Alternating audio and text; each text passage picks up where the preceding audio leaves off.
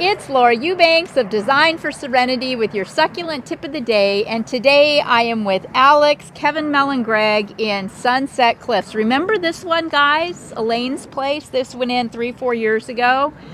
After all the winter rains that we had here in San Diego, it absolutely ran amok. So we are going to be dialing it back in. And before I go any further, a lot of you are a little confused about our living situation. Join the club. No, we were going to, remember we did a video where we were going to move to a larger home in Escondido. That didn't end up happening. We're staying in Vista. So we're staying put. We are not moving to Escondido, staying in Vista. Okay, caught you up there. Now, back to the garden. This area here, Elaine feels like she'd like to have a little more going on, so I brought tapestry plants, and I'm going to be installing a little more tapestry in here. Probably move this big beautiful guy back, or away from here, so I have more room, and we'll run the tapestry about up to here. So just throw in some plants down here, starting with that at the corner. And working my way up there. This bed, this interesting aloe, this was a Kumara Bainsii hybrid, or is, it wasn't, it still is. It wasn't just it was. But what I'd wanted here was an upright aloe. And this one seems to kind of want to grow closer to the ground. So this started out as cuttings, and there were 3. So we're going to get into this and dig them out and see if we can't stand them up a little more and get them to grow, a little more in a little more upright fashion. Chances are good that your aeoniums are blooming out. Remember, this is a monocarpic plant. After it blooms, it dies. See here? No more pretty. None of this. This is no longer here, is it? It all went to flower. So I'm going to go ahead and cut this one and remove it. See how easy that was? Then you do your cleanup of your detritus and you can get on with your life. So just follow that bloom all the way back and remove it. Pretty easy. Just like that. Okay, I'm not gonna get too deep in the weeds here. I love saying that on maintenances because it's so relevant to the situation that I'm in. I really am in the weeds, and they really are deep.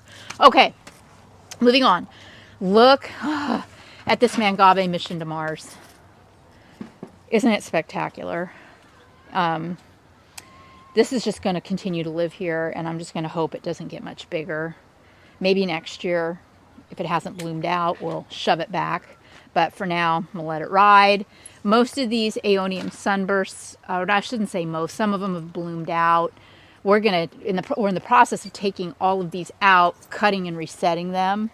So you can see here, Mel's working over here. See how he's cut these? Look at this. Isn't that magnificent? That's so great. So we can cut the stalk wherever we want. We we may leave this one on the longer side and then when we go to plant, create a bouquet. See here how by placing a shorter one next to it, it covers up that trunk. So, I think that's probably what we'll end up doing, is taking all these shorter ones and planting them around this guy, so we can have this gorgeous bouquet. These are heavy. This probably weighs 3 or 4 pounds at least, maybe more. Okay. All right. It is mid-May in San Diego. So we've got this situation here in San Diego County. It's called May Gray and June Gloom. And May Gray is basically we get marine layer cloud cover until at least noon or 1 o'clock every single day. And then June Gloom same thing. So it's really still a very safe time to be manipulating these plants and resetting them and working with cuttings. When we get deeper into the summer, we'll need to cool our jets on that so that the plants don't burn. Here's a typical maintenance situation. This Crassula ovata golem variegate was super cute a few years ago. It was just little, about this big, and planted in front of this beautiful potted mammillaria. And now it's grown up to the point where you can't even see the pot from the street. So this is going to come out, be cut, and reset. This variegated agave, super cool plant, but it is pupped like mad. So we're going to remove all of these pups. This subrogata, this Eve's Needle Crest. Yeah. A friend of our clients gave her a cutting of this, and she really loved it and wanted me to install it in the garden. This is a really, really vicious plant, really thorny.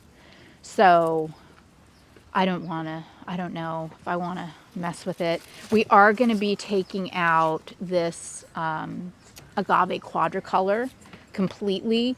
I warned her, and she's like, you were right. This thing pups like crazy. I mean, there are pups from this quadricolor everywhere. So this is going to come out and be removed. I don't know if she wants to keep it or not. If she doesn't, one of the guys will probably take it and keep it at their place. But look at the lechuga, the cotyledon, how beautiful this plant is. Isn't that stunning? It looks so, so good. But I do have some little aloes tucked in there too that you can't even see anymore. So, the integrity of the garden is going to remain, but we are going to be making some judicious changes just to kind of open it up. Like this glauca, aloe glauca, also pupped like mad and is really, it's not looking very good, is it? So I think that'll probably come out too, be cleaned up, and perhaps reset, and probably, maybe, be reset elsewhere. What else do we got here? Up here, we have this red wing mangave that is so spectacular. It's thrown off tons of pups. So these are all, we're going to leave this plant right where it is, but we will be pulling off all of the pups. Another Aeonium sunburst you can see here, and most of it's bloomed out. Oh, look, it crested. Do you see that? Right here. Wow. That's all crested. Even the bloom is crested. That's pretty cool. But check this out too. Just how this Portulacaria and all of this Crassula has just taken over. So these will also be thinned, perhaps removed, cut, and reset as well, so that we can see some of our mounding and our beautiful rock work through here. Sorry about that. Greg and his big fat sausage fingers, he thinks he hit something or turned the phone off, so we had a little break in the action there. So anywho, yeah, Alex is over here working on, cleaning the aeoniums, pulling some weeds. We are going to be moving this blue glow to another area of the garden, still to be determined. Can't really see the glow of this plant. It needs to be more in the sun. She wants to see the light going through that. Okay, let's head back down here.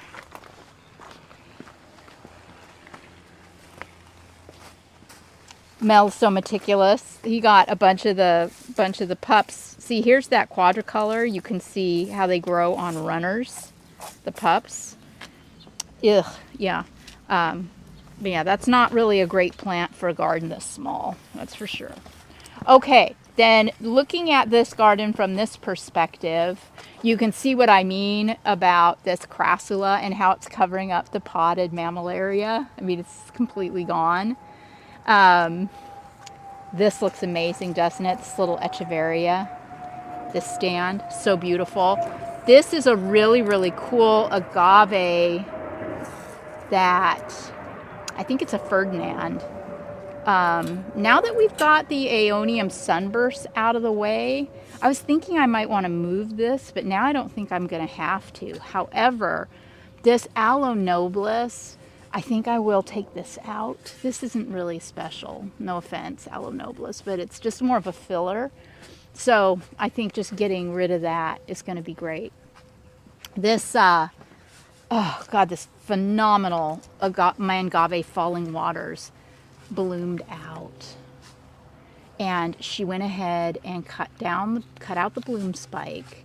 And we're going to just let this roll here until it gives it up. Another monocarpic, right? So blooms dies, but it doesn't look at all bad. It looks great. So we're just going to kind of let this ride. I did bring her another Falling Waters, a little one of the ones that I got from Michigan. So we're going to start that somewhere, maybe in the backyard, and let it get its legs. And then when this does give up the ghost, we'll swap them out. The Portulacaria Afra Minima. Look at this. This is exactly what I wanted this to do. Look at how beautifully this is spilling over and softening this wall. That being said, I am going to cut it back. I don't need it going that way. So that'll be brought to heel. And this Talavera potted euphorbia will also adjust that. The Falling Waters is really crowding that. And cotyledon longfingers, this plant tends to do this. Some parts of it will be really pretty and then other parts die out. So, we have enough going on in this yard that I might just say, no to this plant altogether. See, look here. See, this is the same plant. And this is gross. Look at that. It's dry and thin and leggy. This is so beautiful. So we'll definitely be pulling this off. And the Superbum. This has always been spectacular from the get. And I would not change a single thing here. Loving this. Now, Elaine wants or suggested that I behead this Echeveria. And I don't know, guys. I mean, look at all these pups. I mean, it's just kind of interesting, isn't it? I don't know. I mean, I could behead this big one and then work with all of it, because it is kind of tall and it's blocking visually blocking the plants behind it. So it's still an okay time of year to do that. It won't hurt this plant to behead it and reset it. So maybe I will. I guess I will, since that is what she wants. And here's another situation where we have the cotyledon that is just struggling versus that part of it that is not struggling. So I don't know, guys. Just one of those things. So yeah, well, look, Mel's already got that quadricolor out. Let's go see what it looks like over there now.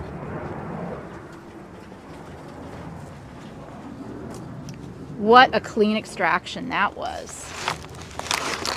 See there? Now we've got a spot. Maybe that could be the new home for the blue glow. What do you think?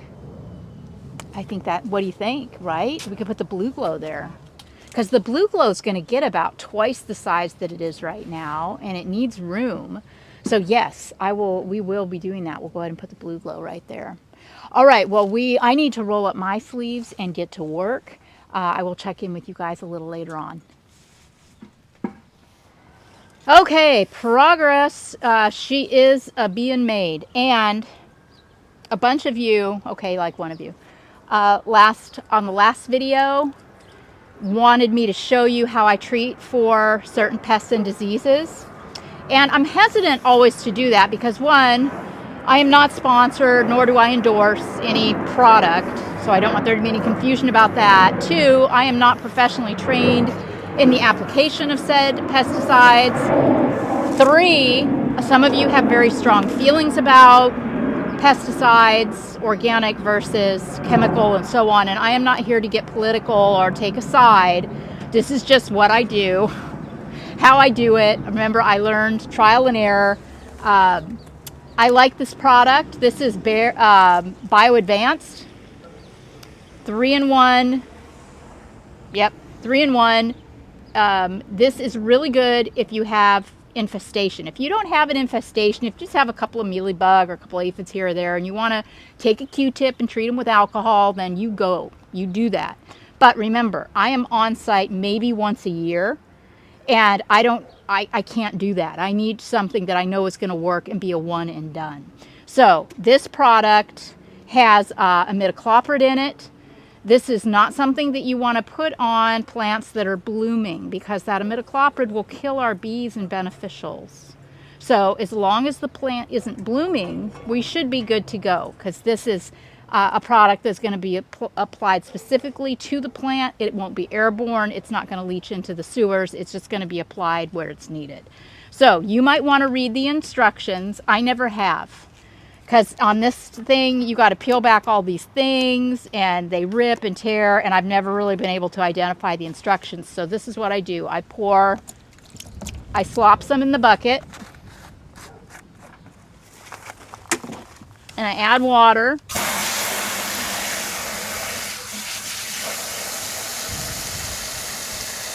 Oh, probably good information. I'm treating an aloe ferox that's got a bunch of mealybugs and some aphids in its center. So I don't need a lot.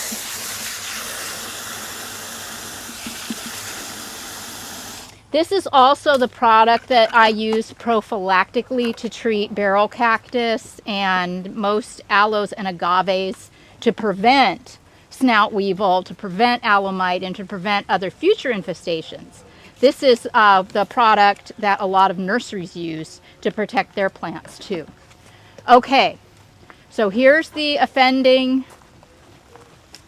our little soldier here. You can, I don't know if Greg can see it, but all that white crap down in there, kind of sticky, yucky crap, that's mealybug. Sorry. Greg's fingers again. Mealybug infestations of that nature typically affect a plant that doesn't get a lot of air circulation.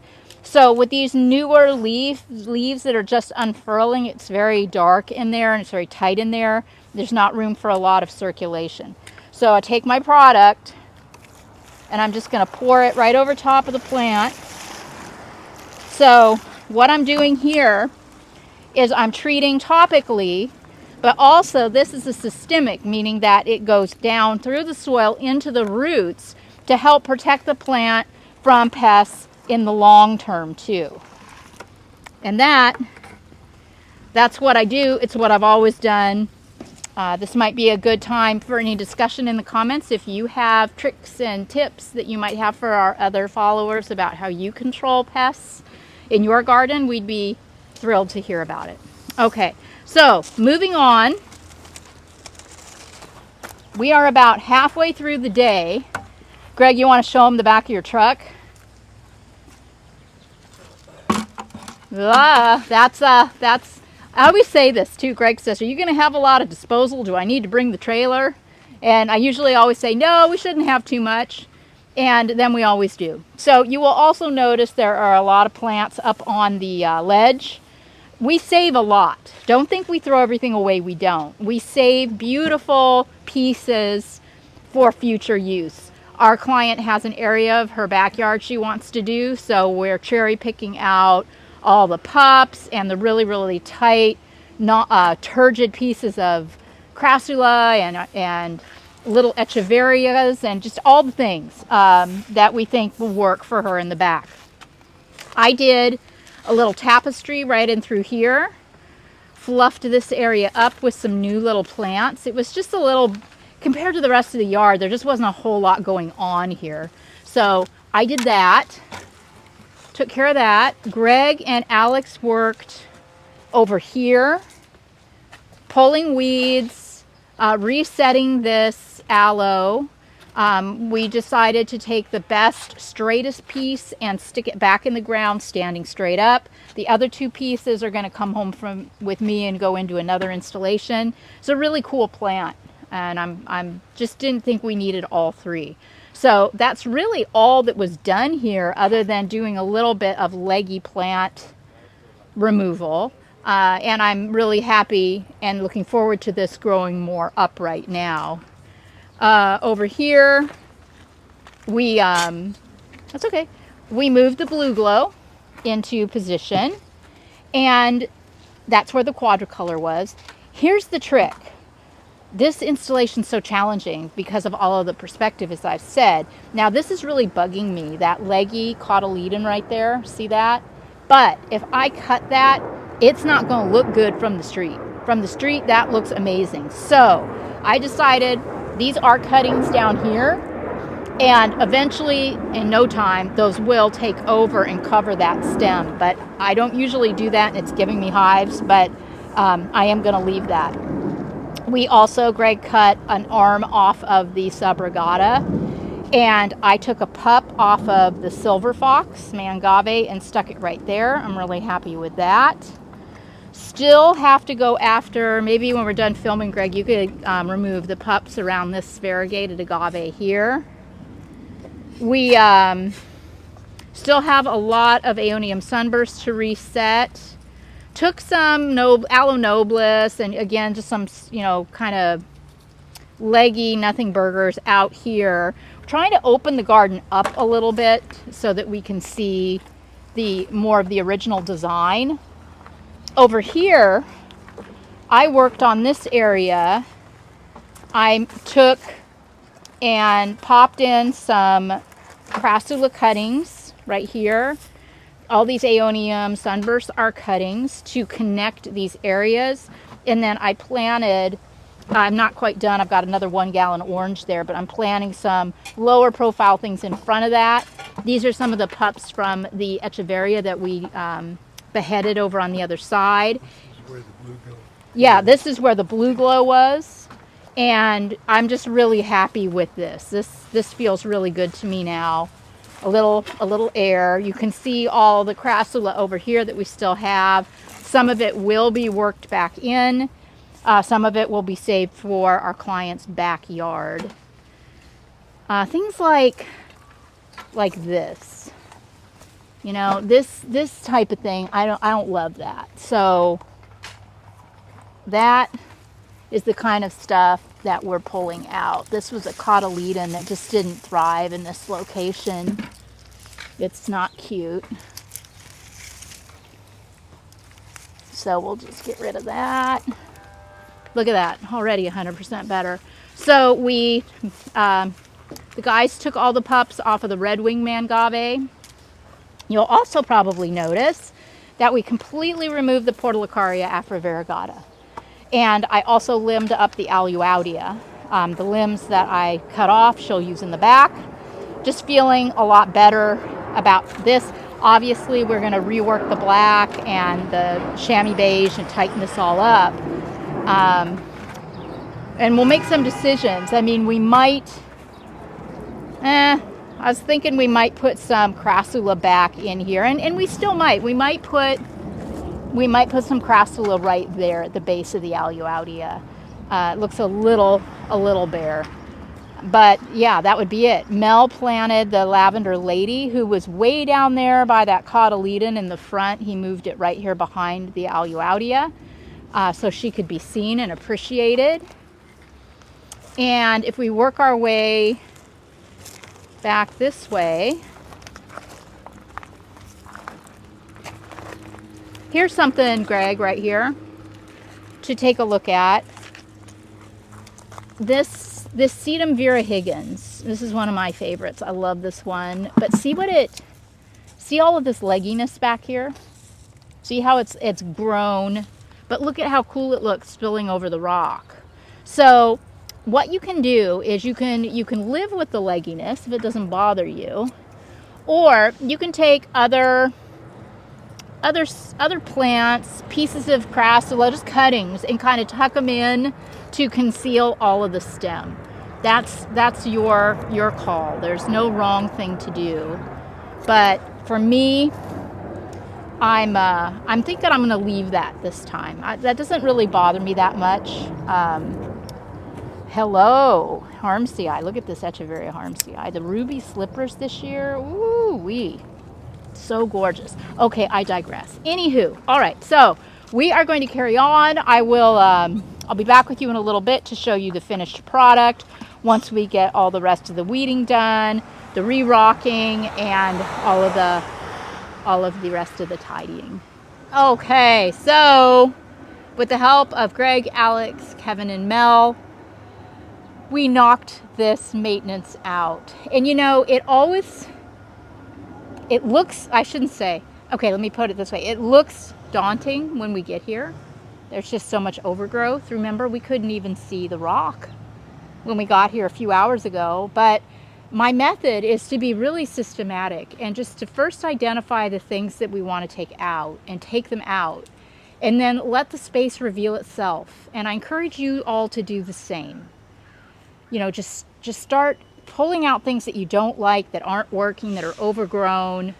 Start there, then step back and look, and then go a little deeper and step back and look, and so on and so forth. And then you'll be so inspired, because that's how I do it. I don't know how it's going to look when I get done in a maintenance any more than I know how it's going to look in an installation.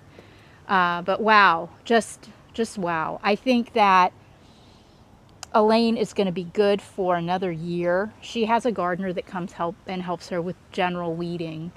But the plants were all, with the exception of a little bit of mealybug in that aloe ferox, all the plants were extremely healthy. I didn't see any evidence of pests or diseases on anything. We have a lot of cuttings for her to work into her backyard now.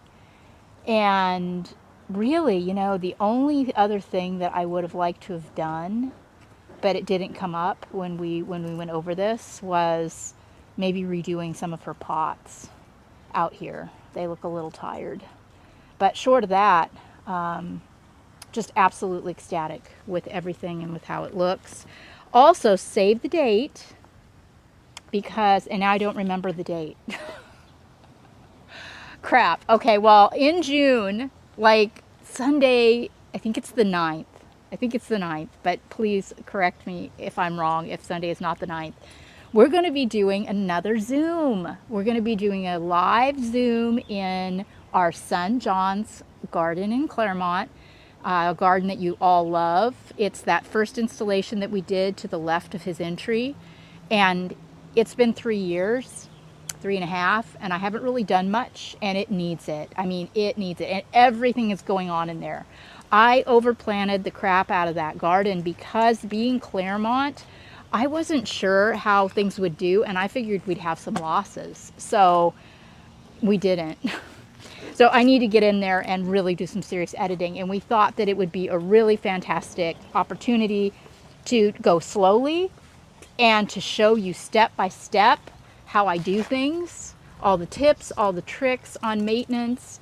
Much like the tapestry class that we did, it'll be very, very thorough, and I really hope to see all of you there. So stay tuned. There will be lots of info on how to register coming your way very, very soon. But again, save the date, sometime in June. On a Sunday, I think the 9th. Okay, all right. So I'm getting distracted now because I could stay here another day and just pick up all the other little leaves that I missed the first pass. But I have to walk away. There comes a point when you have to just say enough is enough. And like I said, I'm super stoked with this garden. So thank you so much for indulging, for watching, for following, for sharing these videos, and for joining us in our live classes that are coming your way. This has been Laura Eubanks reporting for Team DFS and your succulent tip of the day. Bye, guys.